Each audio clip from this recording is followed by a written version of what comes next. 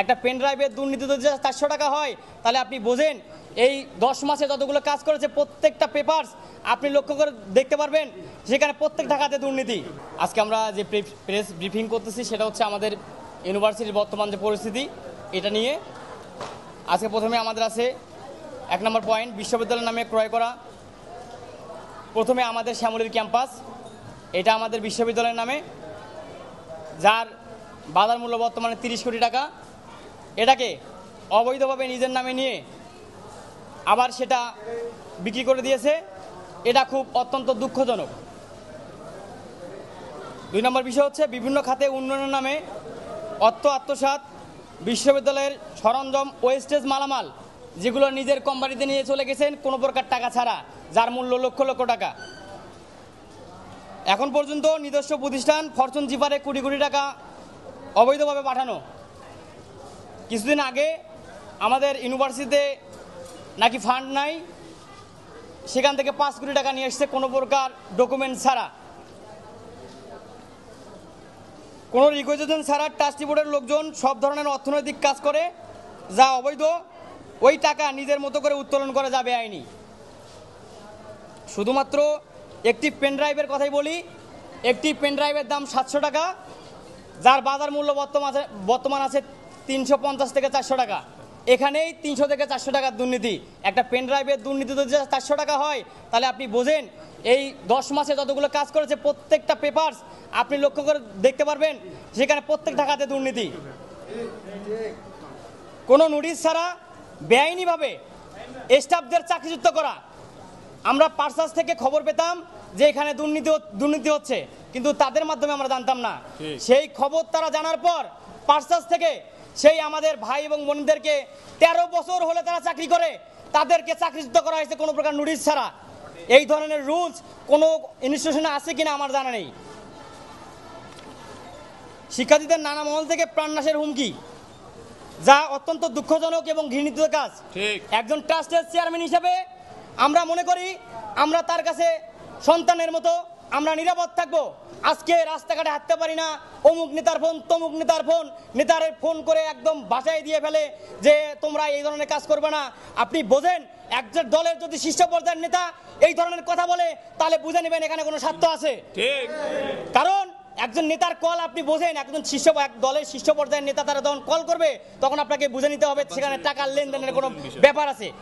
তাই আমি বলতে চাই, আমি সরকারকে আহ্বান জানাবো এই সংবাদ সম্মেলনের মাধ্যমে, বর্তমান সরকারকে শিক্ষার্থীদের পক্ষ থেকে অনুরোধ জানাবো, যে ব্যক্তি শিক্ষার্থীদের প্রাণনাশের হুমকি দেয় এবং বিশ্ববিদ্যালয়ের সম্পদ আত্মসাৎ করে, এই অবৈধ চেয়ারম্যানকে আমরা চাই না। শিক্ষার্থীদের যেন মনোরম পরিবেশ পড়াশোনা করতে পারে, সুন্দর একটা পরিবেশ পায়। জি, ইউজিসি থেকে আমাদের আর্জেন্ট একটা মানে কমিটি করে তারা খুব রিসেন্ট কমিটি এখানে পাঠাবে তদন্তের জন্য। আমাদের সাথে ইউজিসি চেয়ারম্যান স্যারের সাথে কথা হয়ে গেছে অলরেডি। আর একটা কথা হচ্ছে যে এখানে সব থেকে ইন্টারেস্টিং বিষয় হচ্ছে ইউজিসি থেকে আমাদের জানাইছে যে বর্তমান যে নিজেকে চেয়ারম্যান দাবি করে এই আসনে বসে আছে ইউনিভার্সিটিতে, উনি আদৌ কোনো চেয়ারম্যানের রিকমেন্ডেশন পায়নি। হাইকোর্ট থেকে সেটা বন্ধ করে দেওয়া হয়েছে, একবারে বন্ধ করে দিছে। ওনার কোনো পারমিশন ইউজিসি থেকে দেওয়া হয়নি চেয়ারম্যান হিসেবে।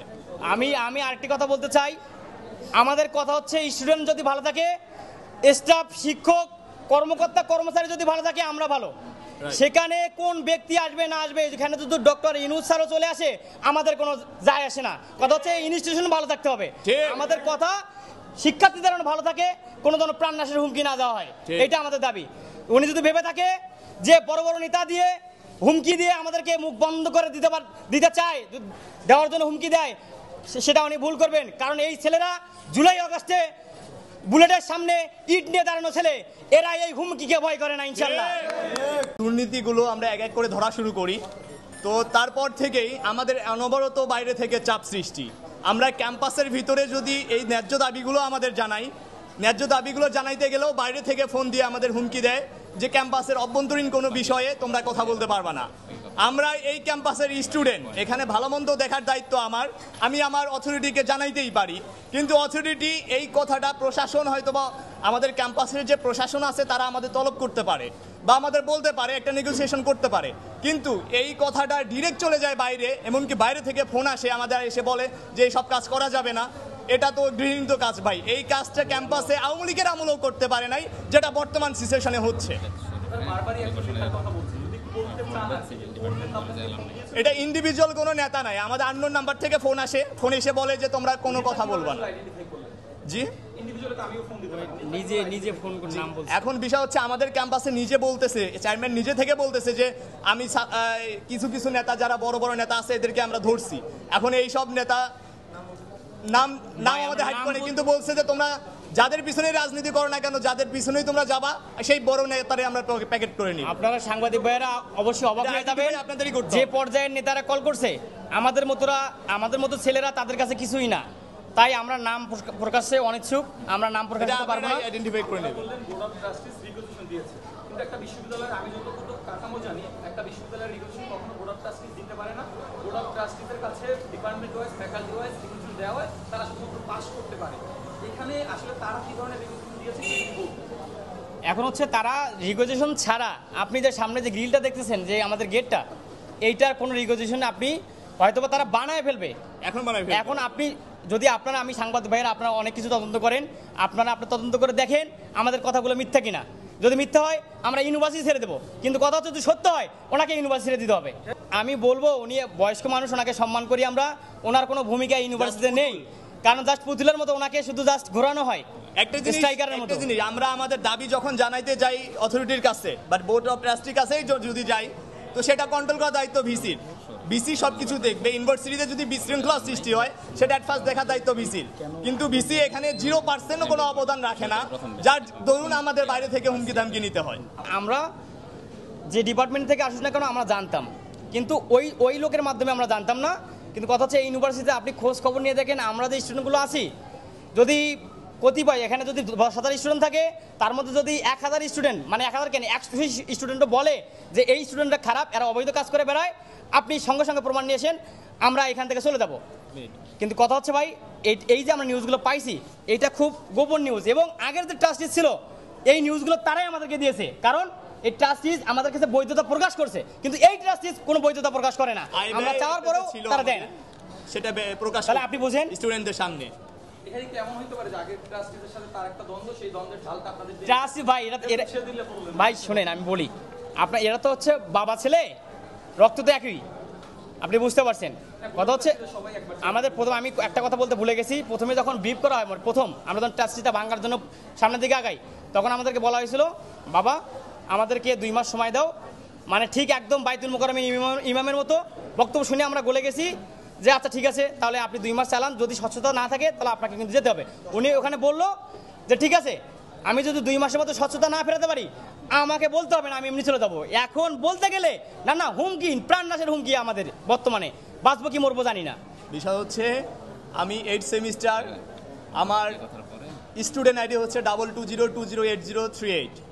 আমি রানিং একজন স্টুডেন্ট, এবং আমার গতকালকে পরীক্ষা শেষ হয়েছে। আমি কোনো বহিরাগত না, আমি আইডির নাম বলছি, আইডিটা আপনি দেখতে পারেন অফিসে যেয়ে। আর যেটা প্রথম প্রশ্ন করলেন, সবার আইডি গুলো দিয়ে দিই, 1 মিনিট। আর প্রথম যে প্রশ্নটা করলেন সেটা হচ্ছে যে ইউনিভার্সিটির লেখাপড়ার উপর যে ইফেক্টটা পড়তেছে, আপনি হয়তো বা লক্ষ্য করে থাকবেন, একটা ইউনিভার্সিটি সম্পূর্ণ ভালোভাবে পরিচালনা করতে গেলে আমরা প্রাইভেট ভার্সিটি পড়ি, বাবার টাকা দিয়ে এখানে লেখাপড়া করি, কারো করুণা বা দয়ায় না। তো আমাদের এখানে বেস্ট কোয়ালিফিকেশনের যে টিচারগুলো আসার কথা সেটা তারা নিয়ে আসে না, তারা নিয়ে আসে 2nd ক্লাস 3rd ক্লাস লেভেলের টিচার। যেমন আত্মীয় স্বজন, আত্মীয়করণ, আপনি অফিসে যদি খোঁজ নিয়ে দেখেন আপনি 50% আত্মীয়করণ পাবেন, যেটা ইউনিভার্সিটি রুলসের সঙ্গে যায় না।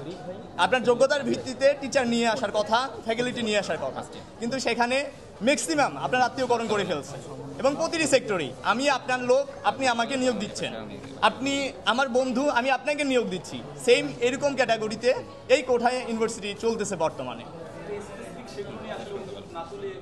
আমরা তুলছি, আমরা 12টা দফা দিয়েছিলাম সে সময়, আমরা ইউনিভার্সিটিতে 12টা দফা দিই যে আত্মীয়করণের এই যে রুলসটা এটা আপনাদের ভেঙে ফেলতে হবে, কিন্তু 12টা দফার মধ্যে তারা একটা দফা অ্যাকসেপ্ট না করে বাইরের মানুষের দ্বারা আমাদের ফোন দিয়ে বলে যে তোমরা কোনো কিছু কথা বলতে পারবা না ক্যাম্পাসের ভিতরে, সব পূরণ করে দেব এই কথা বলে উনি বসে এখন জোর নিজের শক্তি, পেশি শক্তি এবং বহিরা সন্ত্রাসের শক্তি দ্বারা নিজের ক্ষমতাকে পাকাপোক্ত করার চেষ্টা চালাচ্ছে, যেটা সম্পূর্ণ টোটালি অবৈধ। জি, বাকি ট্রাস্টের কথা বলি, আমাদের ট্রাস্টি বোর্ডের সদস্য ছিল মেবি 9 জনের মধ্যে অলরেডি মকবুল স্যারের মাইনাস করার জন্য উনি চেষ্টা চালাচ্ছে। SM মঞ্জু খান যিনি ছিল মকবুল স্যারের ছোট ভাই, ওনাকে বের করে দেওয়ার চেষ্টা চালাচ্ছে।